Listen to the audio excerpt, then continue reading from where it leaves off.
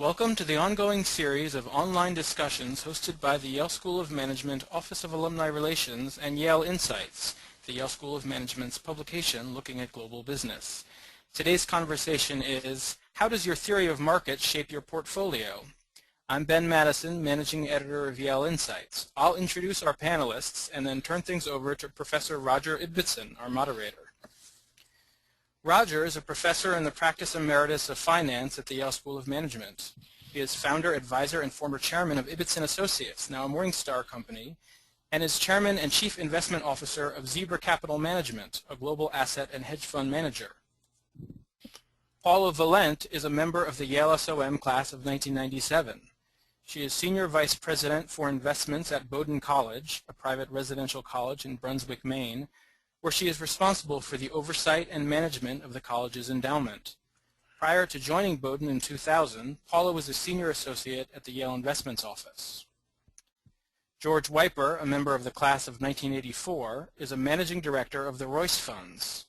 From 1998 to 2010, he headed his own firm, Wiper Capital Management, which managed assets in long-only and long-short equity strategies. He sold his firm to Legg Mason in 2010. He is a member of the Yale SOM Board of Advisors. Ranji Nagaswamy, a member of the class of 1986, has more than 25 years of experience as an investment industry professional. She most recently worked at Bridgewater Associates, the global macro hedge fund and risk parity strategy pioneer. From 2010 through 2012, Ranji served as chief investment advisor to the administration of Mayor Michael Bloomberg of New York City for the city's $150 billion employee retirement systems. She is currently a visiting executive fellow at the International Center for Finance here at Yale SOM. We welcome your participation in today's discussion. You can submit questions and comments through the question box on the right side of your screen. Now I'll turn things over to Roger to get the discussion started. Yeah, well, the general theme we're going to talk about today, but of course it's going to be about efficient markets and how efficient markets are, and this is going to something that is, of course, of great interest to us academically.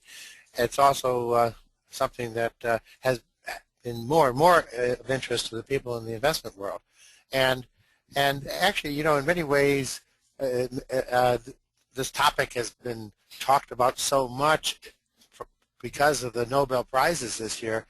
The Nobel Prizes last fall were for Gene Fama, who basically has been the sort of the inventor of the word efficient capital markets, and he was actually the chairman of my dissertation committee at the University of Chicago.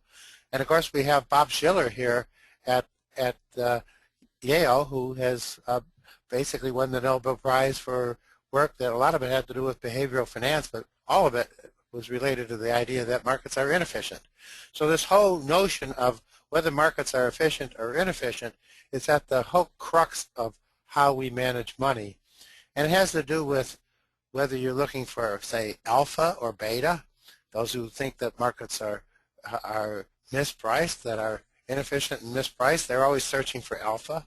Those people who think that markets are more fairly priced, they still will look at different ways of trying to beat the market, but they're not just the beta on the market, but they'll find betas on size or value, or beta on something that might be predictive of markets. This is a whole arena. Some people become passive managers, some people become active managers, or somewhere in between. We now talk about things like smart beta, which is something in between a beta and an alpha. Even when it gets down to picking the specific stocks, if the more you believe of your picking ability, I guess, the more focused you become, the more concentrated your portfolios are, the more you think there's mispricing. But the more you think that you can't so easily outperform the market, you end up putting more emphasis on diversification rather than concentration. So all of this is related to whether stocks are fairly priced or mispriced, and there's reasons to think, by the way, there's a lot of evidence that it's very difficult to beat the market, and with that evidence beating the market, we get the index funds, for example, come out. These are very low-cost ways to manage your money, whereas, of course, one of the reasons you might say, well, it's sort of harmless to be active, but the problem with being active is active management can be costly. It costs a lot of money to pay the people who actually make these active decisions. There may be transaction costs. It may generate extra taxes and so forth by being active. So this basic question of being active versus passive, or should you try to beat the market, and all of these things I think we're going to be addressing today, but what with real managers here who have to actually face these kinds of questions and a lot of other kind of questions that they have to face. And so I'm going to first of all turn it over to Paula Valent, who's in fact been managing the money from the Bowden College up in Maine, and she's an alumni of ours. She's one of my students actually from the 1990s, but has had great success since then. So Paula, would you like to hear your comments on this and yes, whatever else you want to discuss? Right. Thank you, Roger. And it's a privilege to be participating in this conversation today. As a little bit of background, Bowden is a private liberal arts college in Brunswick, Maine, about 1,750 students. The endowment is about $1.1 billion, and the endowment supports about 30% of the operating budget. Bowden is need blind, which means that we accept students regardless of their financial situation, and also we have a no loan policy, both of which are very difficult situations to do unless you have a significant endowment. And when we talk about efficient markets, I definitely agree that markets are efficient, having studied with Roger Avison and Ken French and a lot of the proponents of the efficient market theory. However, Bowden is looking for inefficiencies related to a lot of investor differences. For instance, Bowden, as an endowment, we don't pay taxes, and also we have somewhat of a perpetual time frame. So we can take advantage of the market when, for instance, people who have to pay taxes have to sell stocks. We can perhaps buy some of those opportunities. Also, I should qualify that we're a manager of managers. We don't buy individual stocks or bonds. We invest in managers across different strategies. We have everything from fixed income, your traditional fixed income manager, to venture capital and a significant allocation to hedge funds. One of the things that I think I believe, and also my investment committee believes, is that there are inefficiencies that happen in the market, and we hire managers who have skill to exploit those inefficiencies. Some of the inefficiencies may be informational inefficiencies. For instance, in venture capital, it may be having information about new technologies that are coming about, and also access to entrepreneurs. We do have passive versus active does come into the discussion of how we allocate the capital. For beta in really efficient asset classes, like, for instance, fixed income, we would rather be somewhat passive and not pay extra for trying to generate alpha in those asset categories.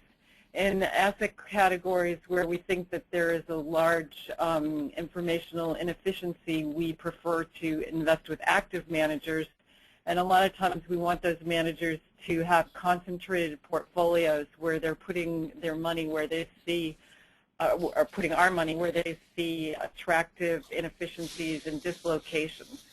We also do a mean variance optimization. I know that might come up, but we do that as an exercise once a year, because we do have an asset allocation framework which we invest around. And we can be tactical around the asset allocation. For instance, we look at valuations. Right now, emerging markets have had a drawdown, and we're looking carefully whether we should add a little bit of capital to emerging markets. We also do use passive indices as a placeholder in an area if we are underweight or we feel that there's an opportunity and we haven't identified an active manager.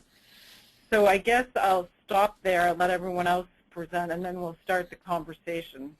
And also I should say that Bowden has a 5% spending rate, so we support 30% of the operating budget. So one of the things that we do have to think about is liquidity and cash flows. And so occasionally, we have to really monitor the fact that we have cash to pay out to the college for their programs. Okay, well, thank you, Paula, and I'm going to be turning it over now to George Wiper. George was not actually a student of mine. Ranji and Paula were students of mine, but he graduated just before I got here, so I didn't get that privilege. I'm a little less than perfect then, Roger. But anyway, George, we're very interested in hearing from your perspective on managing portfolios. Great. Well, just first of all, I want to say that I'm speaking as a long-term investor in the global capital markets and not as a representative of Royce & Associates. So I'm speaking really as a Yale alum, and my points of view do not represent necessarily the points of view of the firm.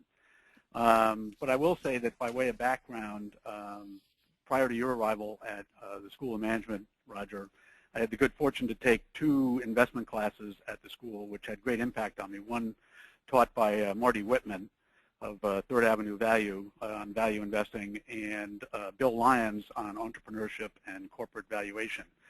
And subsequent to Yale, I did a brief stint in investment banking for 3 years prior to leaving to run the $9 billion investment portfolio for Fireman's Fund Insurance Company. And then we had the good fortune to sell that, and I went to co-head the asset management operation of Warburg Pincus, which was a $22 billion mutual fund complex and private account, and then set up my own firm after we sold the asset management operation of Warburg Pincus to Credit Suisse. And so, as you mentioned earlier, or as Ben mentioned earlier, I joined Royce 4 years ago after I convinced Legg Mason to buy my firm and contribute our employees to my friends at Royce, where I've been working since. And we have always pursued a value/growth at a reasonable price investment philosophy, really trying to capitalize on difference of opinions in terms of, after doing intensive research on companies, capitalizing on inefficiencies in markets both here and around the world, and pretty agnostic as to which kind of companies we invest in. We generally are drawn, at least in the near term, to companies or industries that are, or geographies that are out of favor to find new ideas, but also we can just differ on the long-term prospects for a pretty visible, not necessarily out of favor company in terms of what the investment returns can be given what we view as superior, in particular, capital management techniques employed by managements. So in a world that is perhaps overrun and we have so much information, much more information today than we ever had at our fingertips 30 years ago when we started doing this. It's important to be able to cut through all that information and find out what's really important about the company, its prospects, both here and around the world. And the only numbers I can really point to are when we had when I had my own firm, from the time period 2000 through the end of 2009. We compounded money at 12.2% per annum, and the S&P declined 0.95% per annum. And so there are always opportunities out there that you can invest in.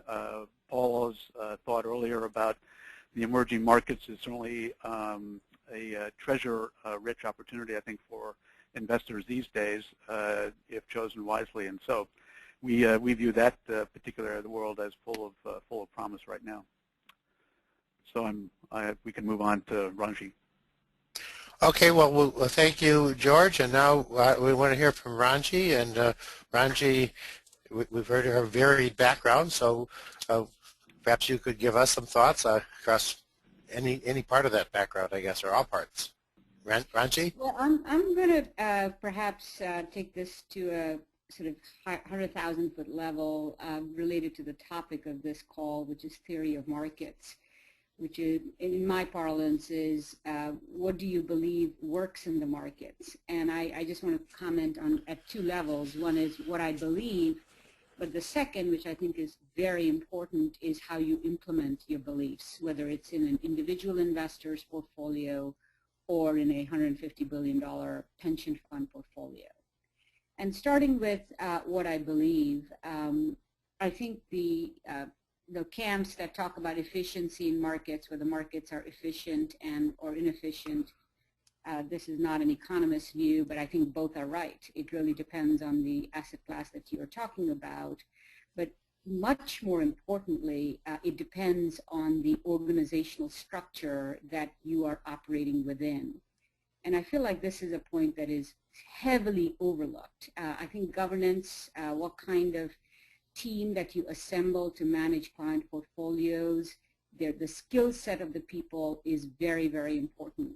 If you don't have the right people who actually know how to find alpha, if you don't have an investment committee that will stay the course when the alpha source predictably does what it is supposed to do in a market environment, but an investment committee can't take the pain, then you should not be in the alpha business.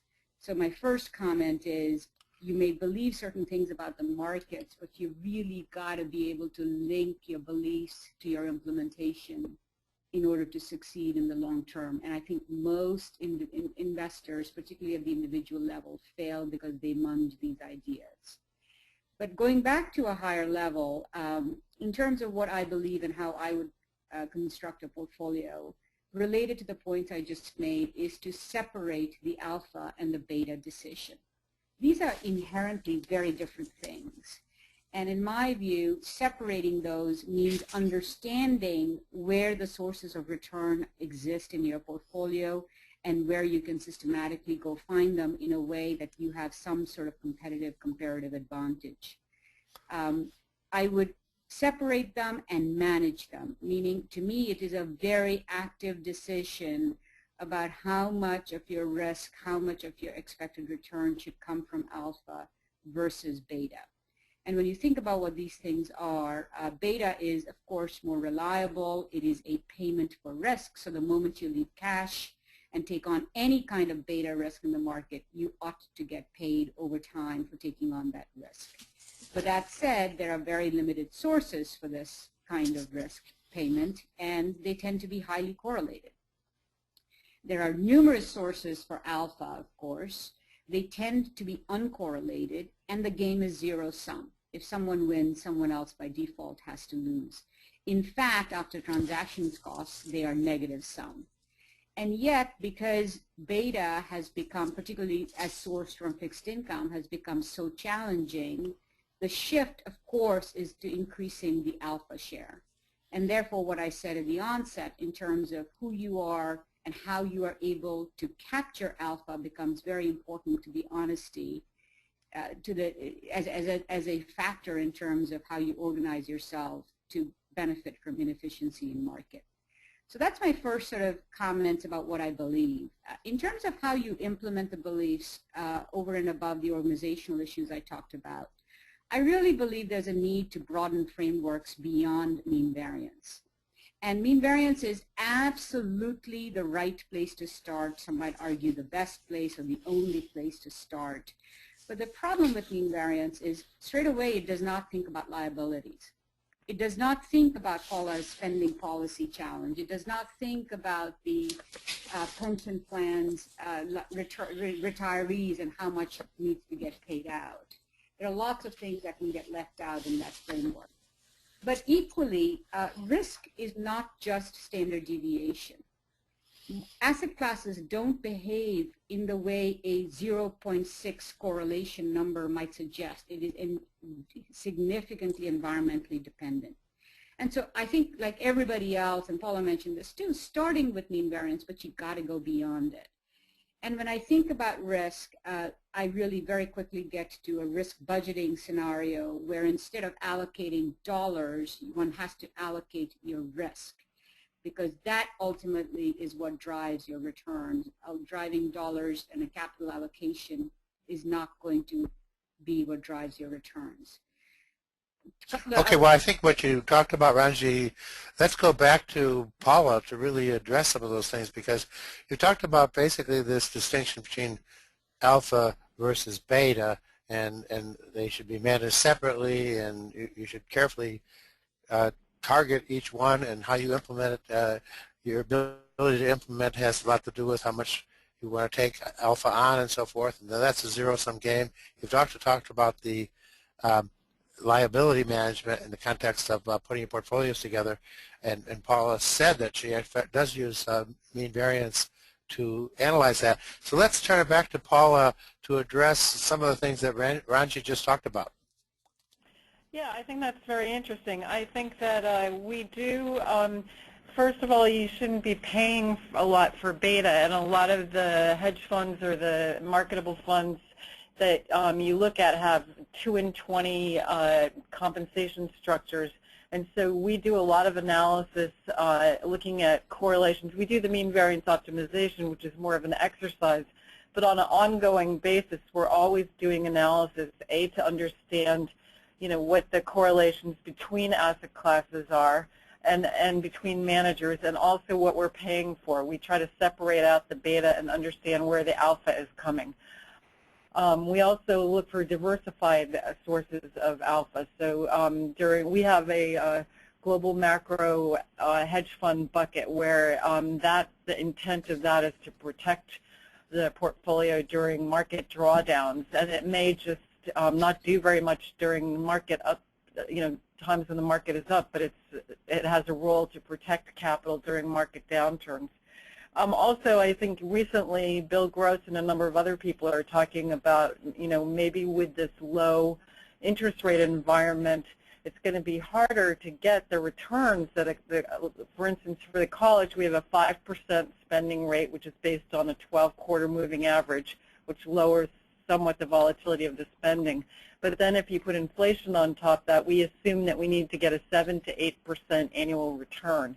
In the current low interest rate environment, that might be hard to do over a longer period of time. So we're going to have to search more for alpha rather, for managers or investments that can take advantage of inefficiencies to get the extra return that we need that might not be available in markets. I don't know if you wanted to open it up to other. Well, I think we'll turn it over. I want to at least hear from George on this whole subject, because probably you are focusing more on alpha, George, right? Or I don't know, maybe that's not quite true. We share Paula's concern that, in fact, the inefficiencies created by the super low interest rate environment, in fact, forces investors to search more broadly for investments that will provide sufficient alpha to help them meet their goals. It's the consequence of the zero interest rate policies pursued by the Fed. And so it obviously steers investors in directions to some degree en masse that then creates overvaluations and difficult investments in those sectors of the market. It's got to be very tough for the endowments of the colleges. Well, actually, we have a question here from somebody from one of our listeners who wants to know, pointed out that Paula mentioned that she studied under Ken French, and of course Ken French is well known as, actually he's connected with Dimensional Fund Advisors and very connected with efficient markets. The whole idea that there may be lots of betas, but the alphas are really hard to get, and and Ken French has basically said that most of the alphas you see is just luck, not skill. So we have the question from the audience is, why do you think at Bowden you could actually take advantage of these inefficiencies? I think we spend a lot of time. We have actually generated very good returns, knock on wood, over the long term, and we have beat our assumptions. I think over the 10-year period, we're about between 10 and 11% annualized. If you do the analysis of that, a lot of that is from manager selection and also from tactical asset allocation and having the conviction to go in when markets are, looking unattractive to other people, to be contrarian. Also to have managers who build up large positions in certain areas where they see that there is an inefficiency or a structural problem. For instance, during the market crisis, there were a lot of institutions that had to bail out of fixed income assets because they couldn't hold them anymore because their quality had gone down. And so a lot of our managers are taking advantage of those opportunities. I think manager skill is something that we spend a lot of time trying to figure out, as I said, to separate the beta from the alpha. And it's a difficult job. And in certain asset classes, like for instance, in traditional fixed income, there really isn't a differentiation. It's just a couple of basis points. Whereas you see big differentiations in asset classes like venture capital or something, where if you get with the top tier skilled manager, you can actually get significantly higher returns than the market. And a lot of that has to do with, as I said, their networks, their informational advantages, and so that I think you can find alpha, but it is difficult. Well, I'll go back to George. Actually, you talked about basically getting value, basically growth at a price combined with value. But when you do that combination, at least the value part of it, might you have also achieved that? Could you have achieved that by basically buying value type indices and without actually the fees associated with active management to try to do this? Well, you raised the correct issues with respect to fees, turnover, portfolios, taxation, and of course manager compensation. All related there as impediments to investor returns. The only thing I would say in that regard is, and Paula alluded to it, is that I play a lot of golf, and there's a phrase in the golf business that every putt makes somebody happy. So the industry or the capital structure or the balance sheet that is making somebody unhappy in terms of deteriorating is providing, conversely, an opportunity for someone else to invest in it at presumably a much more attractive rate than they ever had the opportunity to do before. So, markets, they go up, they go down, they make somebody unhappy who's holding them, but they give somebody else the opportunity to invest in them at more attractive rates or entry points, and so that's often what we look for, in particular on the value side. But I will say that there's one, and I've just been studying it more recently because it's certainly become more into vogue. Although it's been a key thing that we have looked at for 30 years. And Carol Loomis of Fortune magazine wrote a great article on it back in 1985. Rice University did a terrific study on it. Prudential back in the 1990s. More recently, some of the firms in New York have kind of reopened the concept of the power of businesses that are good over the long term and that the managers of employ as a key component of their management strategy, buying in a lot of stock over time. So as Warren Buffett said in his 1984 annual report, what better concept is there than owning more of something every year that you really like and you don't have to put any more money out. So, a lot of companies in the 80s and 90s in particular, in the investment banks and the technology companies, really diluted that whole concept because of the amount of option issuance. And so that was kind of the fly in the ointment, if you will. But there are a lot of companies that don't really have aggressive option programs for their managers and who over very long periods of time, and all these studies show that consistently applied generate far superior rates of return versus their peer group than other companies in the industry. And so what that lends itself to, addressing your point, Roger, is low turnover, long-term ownership of those enterprises, and you over just a long period of time own a bigger piece of the ever-increasing value in that enterprise. And so the different markets provide different opportunities, and that's what makes this such an interesting business, why there should never be a dull moment in the business, because there's always another opportunity being created somewhere for you in the world to put money to work on an attractive basis. Well, in fact, that was one of the questions you answered one of the questions, George. Somebody asked you about, you say there are always these opportunities, but when everybody's competing for these opportunities, don't they kind of go away? And I think that also relates to the point that Ranji made when she said that alpha is a zero-sum game. Well, George said it when he said every putt makes somebody happy. Yeah. But basically, in order to get that alpha, somebody's got to have a negative alpha.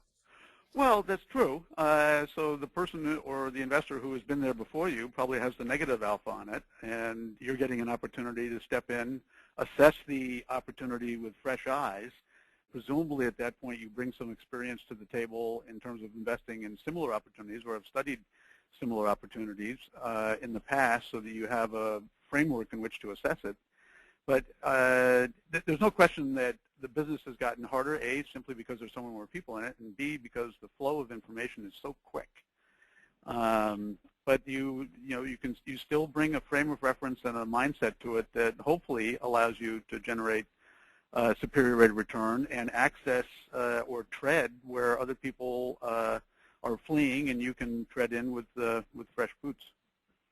Yeah, and this is Paula. I'd like to make another comment. And one of the things that's been very additive to our performance is discipline and rebalancing. Sometimes you fall in love with a position, it's gone up so much, you sort of regret having to sell it, but you should do that because, as you say, it's a zero-sum game, and after I do believe in mean reversion as well. And sometimes when a manager or a position becomes overweight, you need to trim it down because you can't be greedy, and you have to realize that markets eventually get efficient. If there is an inefficiency just because of the information flow and the number of participants in the market, if something is undervalued, it's going to return to value eventually, and you need to have discipline and rebalancing. Mm-hmm. I'll also say, Roger, to that as investors, we're cognizant of the macro, but we invest micro. And so, I just go back to an example about a year or so ago. One of my partners and I spent a week over in Italy, and the macro picture for Italy was just terrible. Nobody wanted to go to Italy. Nobody thought the country was going bankrupt and whatnot. But on the micro level, as it is here, and in many other countries, on the micro level, the individual companies were performing wonderfully. And despite the horrific finances of the country, the balance sheets and the opportunities for the companies were just terrific.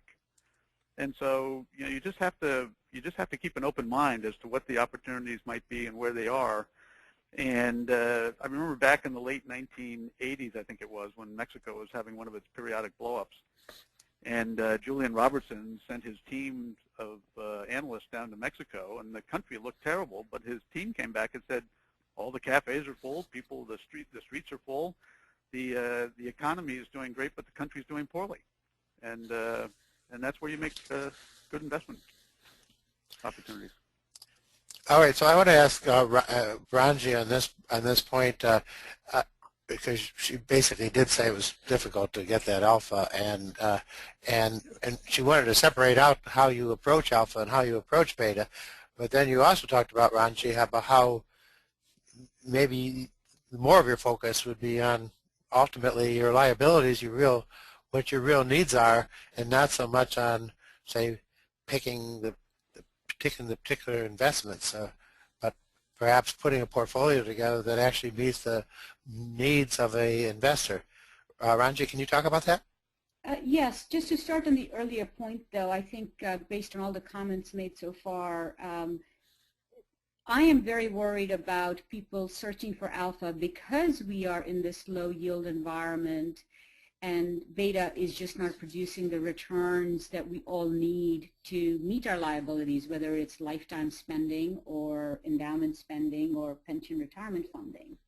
And so the first comment I simply want to make is without the right, what George called mindset, but one might call investment discipline and framework, it's very hard to capture some of these informational asymmetries, and without access to the managers who actually have a way and a process to do that really, really well, I think the vast majority of return chasing in alpha is likely to end up being negative sum. So I'm just very worried that taking what George says but zooming it to the market level, it just takes a lot of, everybody's chasing the same returns as your viewer or as the listener pointed out, and it ends up being a negative sum game. I guess the point about liabilities to me means we have to start thinking in this volatile environment about things like downside protection and setting for ourselves how much are we willing to lose over a given time frame. as the focus for our asset allocation, because a mix dominated by equities leaves all investors, whether it's the target date funds, whether it's individual or institutional portfolios, very, very exposed to just the equity risk premium and an environment of high growth and low inflation when equities do well, versus other environments where you need deflation or inflation protection. So I guess those are two things that I would add in terms of frameworks once you start thinking about the liabilities. So, anyway, we have a question here from, we have a number of questions from the audience actually asking about, isn't it much more difficult today to beat the market than it was 20 years ago or whatever, when now that the information is so fast? As of course, more recently you have this book by Michael Lewis on the Flash Boys, about how high frequency traders are in there and they're immediately acting on information. And so does information, is it harder and harder and harder to beat the market in the current environment? Is it more and more difficult to get this alpha, or can the managers in fact rise to this challenge? I ask this question because this is actually a whole set of questions I've been handed here, which I'm sort of rephrasing, but they're all asking, can you still get this kind of alpha today? Is it practical, or are you just wasting a lot of money trying to do that? Anybody can answer that. I'll start. I think that it is much harder to beat the market. I also think, like, if you think of the history, for instance, of hedge fund managers, you had just a handful of them, the George Soros, the Stan Druckenmiller, all the people, and now there's so many hedge funds, and there's so many people looking at the same opportunities. A lot of times you look through your portfolio and you'll see that you have similar stocks and across the board. I do think it's much harder to get. I also do think, though, that there are more asset classes, and there's, because of all the information, I mean, there's emerging markets that we're doing a lot of activity in. There's smaller managers that are pursuing smaller opportunities. There's private investments. As you think about the history of endowments, they used to just invest in stocks and bonds, and now there's alternative asset classes. However, I do agree that I'm worried about investors looking for yield and searching for ways to generate returns in this low interest rate environment. So, I agree with that, and I do think that that is going to provide us a challenge going forward as the Fed tries to figure out how to get us out of this situation. Actually, my own experience is the best time to really find the distortions in the market is after some sort of a crisis, after the financial crisis. There are all kinds of opportunities, but many of the investors are actually afraid to even go near the markets in those kind of situations. I mean, the best time to actually invest in this. The best time to invest in the stock market is probably, and actually there's some evidence from academic work, is after the big drops, basically. But that's when people have the biggest fear factor. But go ahead, Giorgio. I was just going to say that a lot of the people who got so badly burned in 2008 are now sticking their toes back in the water. And so they've kind of waited until the markets look better and come back in. And then, just going back to the every putt makes somebody happy, it's absolutely spot on that right after a big calamity in the market is often the best time to invest when there's the most fear in the market. Well, now, of course, the market's already recovered, more than doubled, and actually recovered the drop. It actually it fell a little more than 50%, but now the stock market's more than doubled and it'll come all the way back. Well, so, this market has recovered. This particular, yes. Yeah. But anyway, this is when people are getting interested. Since a lot of our audience are actually would be more retail investors, we've got very sophisticated investors on the panel here. And I always used to talk to David Swenson about this at Yale, about his ideas and how to invest and whether that should apply to ordinary people, because when you really are such an expert at such a thing, at picking these inefficiencies, that general approach, is that the right thing for the typical listener, even if they have MBAs? Well, I think David's approach, and correct me if I'm wrong, Roger, is kind of the John Bogle approach, which is that the average retail investor should probably invest in an ETF. Yeah, actually, David did write a second book then, which he, and his second book basically said that the retail investor shouldn't go toward it. The first book was on what the institutional investors should do and what endowments should do. This second book was more what retail investors should do. And he basically said, well, you're more likely to be the negative alphas. You should stay out of the game here and be invested, just broadly diversified index funds or ETFs or something like that. Right. Roger, during my tenure as CIO of Bernstein's retail business, I really learned to pay as much attention to what the behavioral economists were saying about human behavior as I did to what people like you were saying about economic theory. Because so much of this really is related to fear and greed and loss aversion. And people like Bernardsey, Schiller, Thaler have all shown us that investors fear the value of a loss is twice as keenly felt as the pleasure of a gain. And my way of expressing that is simply that the words buy low, sell high are the four most abused words in the retail investment business because we all buy high and sell low. So I think all of this in terms of how to think about the context for individual investors who one might argue need returns more urgently as the first and second rail of long-term retirement income are failing both from a Social Security or from an employer pension perspective are not producing the kind of returns they need. The personal savings dilemma is really a huge one, and yet they are the ones that lose systematically the most on a dollar-weighted basis because of the way they make their decisions. Yeah, we do see evidence from the academic world that that the flows go follow the crises basically. So if you after a crisis, we've had negative flows into the stock market from the retail end for the whole period now. And it's just now that they're getting positive, but they've been negative for over 5 years. And during that whole time, the stock market was going up, and they were missing that basically. Well, What do we do now, by the way, now that the market has gone up so much, the stock market? Yeah, that's a big question. I think you're looking at some of the PE ratios, although you do see that this is different. I think if you look, for instance, at the technology sector, you could say there's a technology bubble. Part of that has come down to earth over the last couple of months. But if you look, it's very different than 2001 because there are actual business plans behind some of these companies, whereas in 2001 you had these companies that basically didn't have a business plan that were really inflated.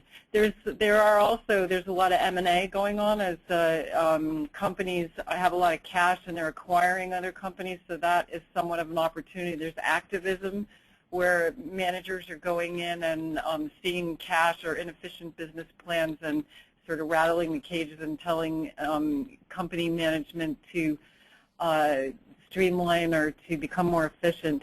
I do think that there are some opportunities, but another factor that I'd like to say is that even if you're in an index fund, if you time the market and come in and out, I think statistics show that if you miss 5 or 10 of the best days in the stock market, your returns aren't going to be very good. So in some cases, it's hard to time coming in and out of the market, and even in an index fund.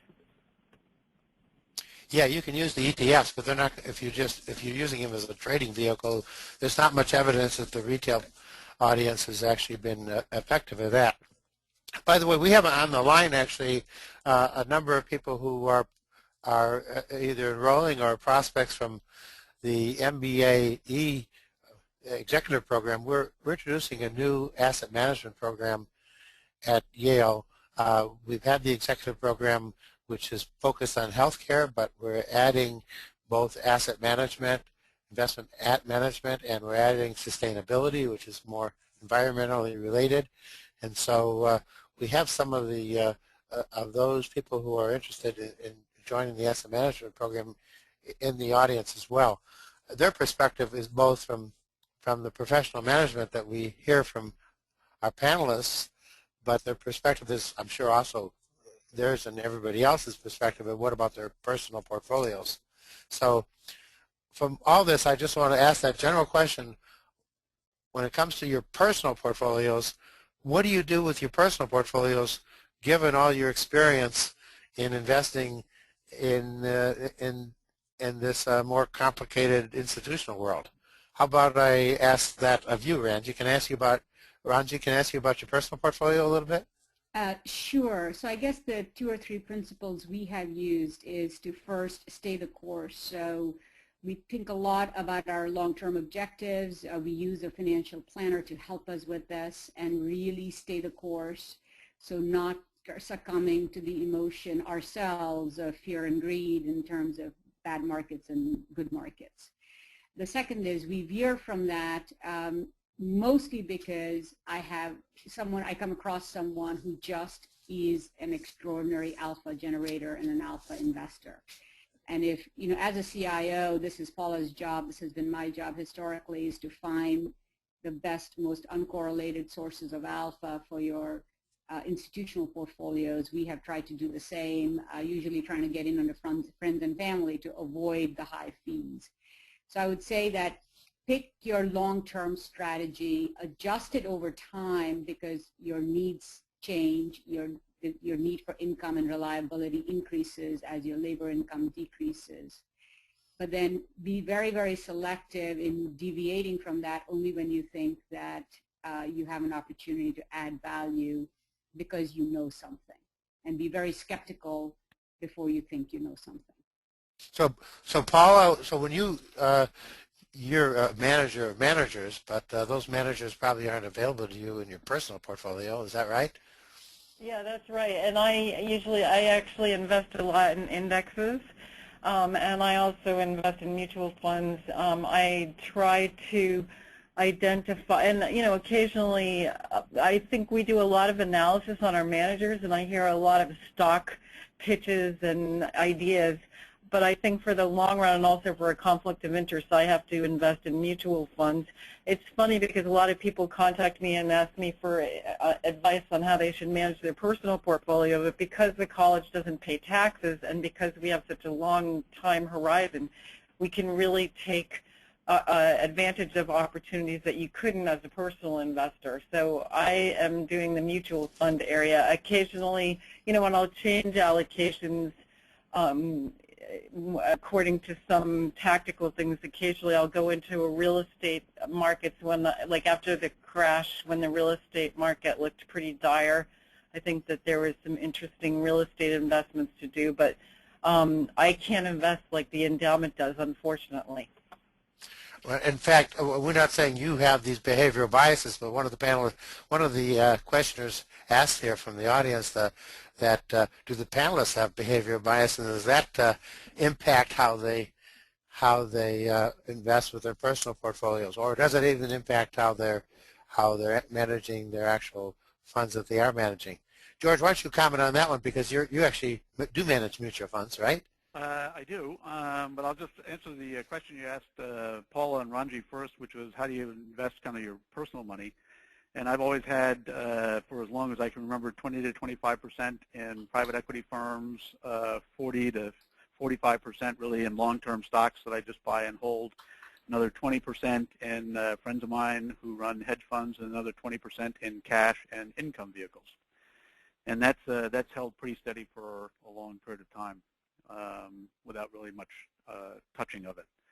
Well, George, of course, you could probably do that with all your connections and so forth, but I don't think most of the retail crowd could actually invest in a similar way. Well, I think some of the private equity shops have opened up more retail-oriented vehicles to invest in. So there is a shift. Yes, they are trying to make. They are kind of opening up. But then again, the other part of the retail investor, because of their biases, they're probably less apt to be able to figure out what is the right private equity firm to invest in. Right. Well, to Paula's point earlier, I mean, she's in a good position because she can pick kind of the best of the best on the venture capital side. And certainly part of that equation is finding out the managers that have kind of the best access and the best deal flow, if you will, to invest in. So that, from her perch, that's really a good position. But I don't think Paula feels she's in that position. Do you, Paula? Not personally, see but the I best think that No, I meant institutionally. yeah, institutionally, no.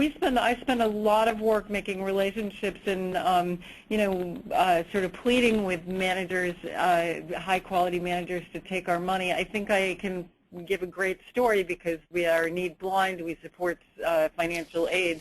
But for a personal investor, it's really hard to access that. You can go through a fund of funds. They have a lot of high net worth fund of funds, but you're paying extra levels of fees. I think one of the most important things in choosing your investments is also looking at the fees that you're paying for, which David Swenson really brings out as well, that when you do the analysis and you look at the types of fees that you pay, that can erode a lot of your returns. Well, one of the questioners, which the capital gains that are generated by the underlying managers, some of them are horrific in terms of being short term.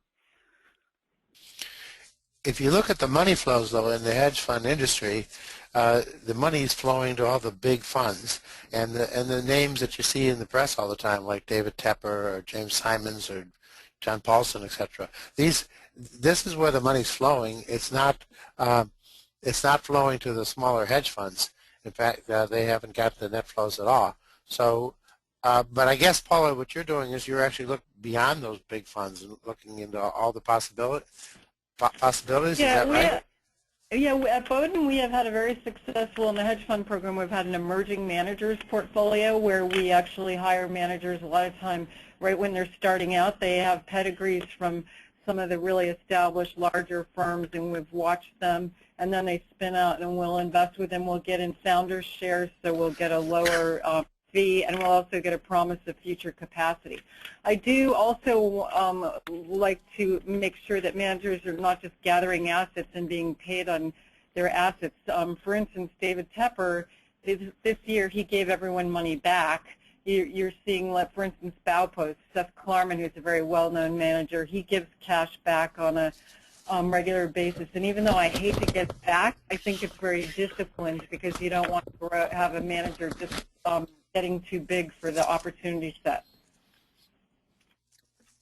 Roger, the one unconventional thing that I'm doing in my personal portfolio is starting to build up to a 10% real asset position. Some of it goes back to what Paula talked about as the need to have a global macro stake in our hedge fund portfolio as a hedge.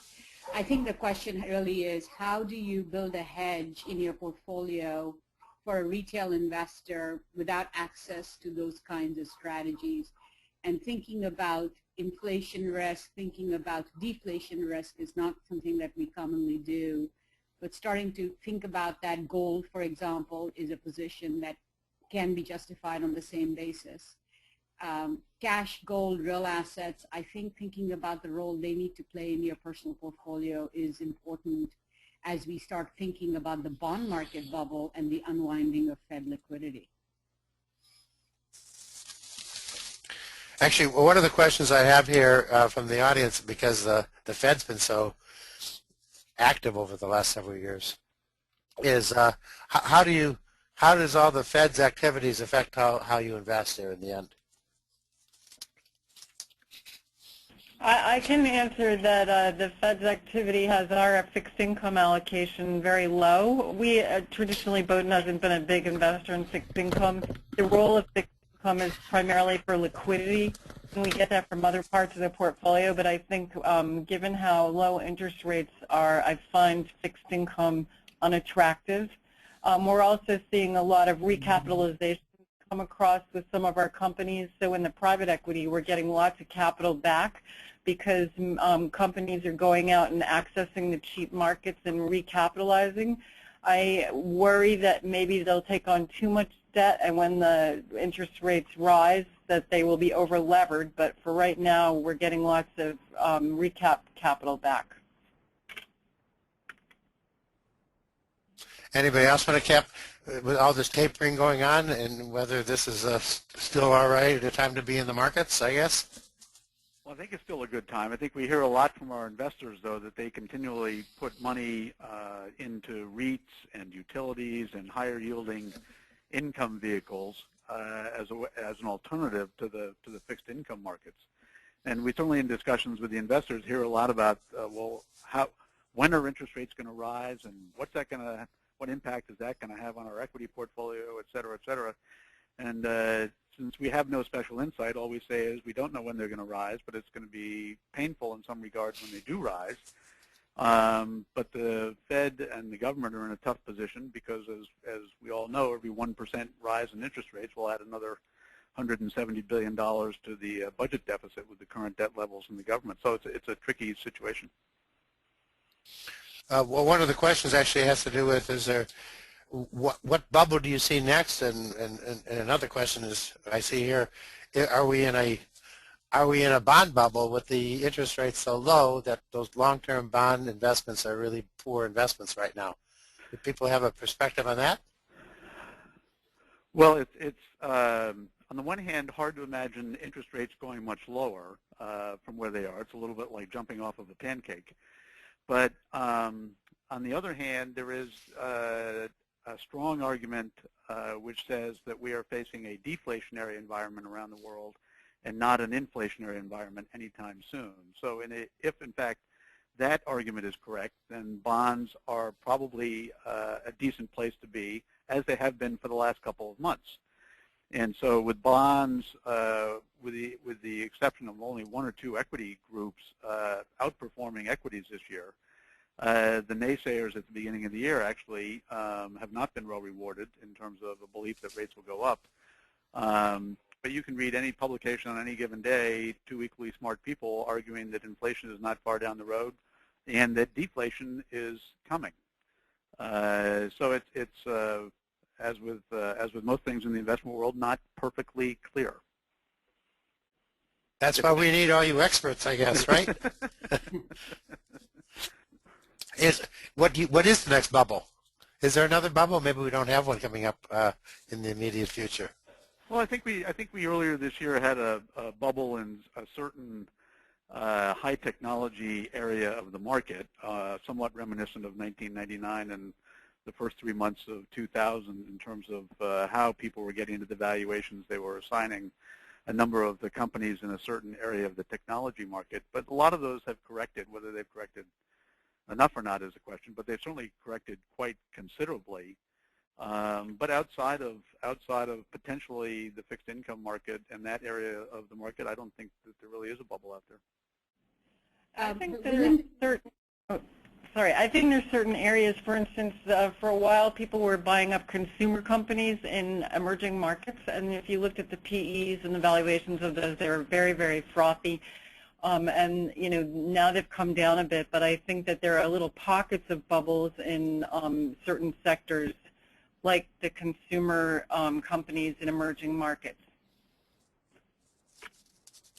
Okay, I think we're running out of time right now, so we're going to be wrapping up, and we want to thank everybody for, I want to first of all thank our panelists, Paula Valent, George Wiper, and Ranjay Nagaswamy. We very much appreciate getting all our alumni basically as part of our panel group who have been so accomplished in the investment industry. And of course, and I want to remind you again, actually, we are actually launching the investment management program and the executive program, the MBA program, and this coming year. And so I think you'll probably see additional panels like this in the future. Thank you, Roger. To Ben? So Roger, I think just the last comment, I think my single best investment idea is for the audience to go take an investment course from Roger Ibbotson. Thank you. Thank you to our panelists, and thank you all for joining us. Please send any additional comments or questions to yalesom@som.yale.edu. A recording of this discussion will be made available at the Yale SOM alumni portal, alumni.som.yale.edu, and at Yale Insights, insights.som.yale.edu. If you would like to learn more about the school's new executive MBA focused on asset management, which Roger just mentioned, please visit som.yale.edu/EMBA.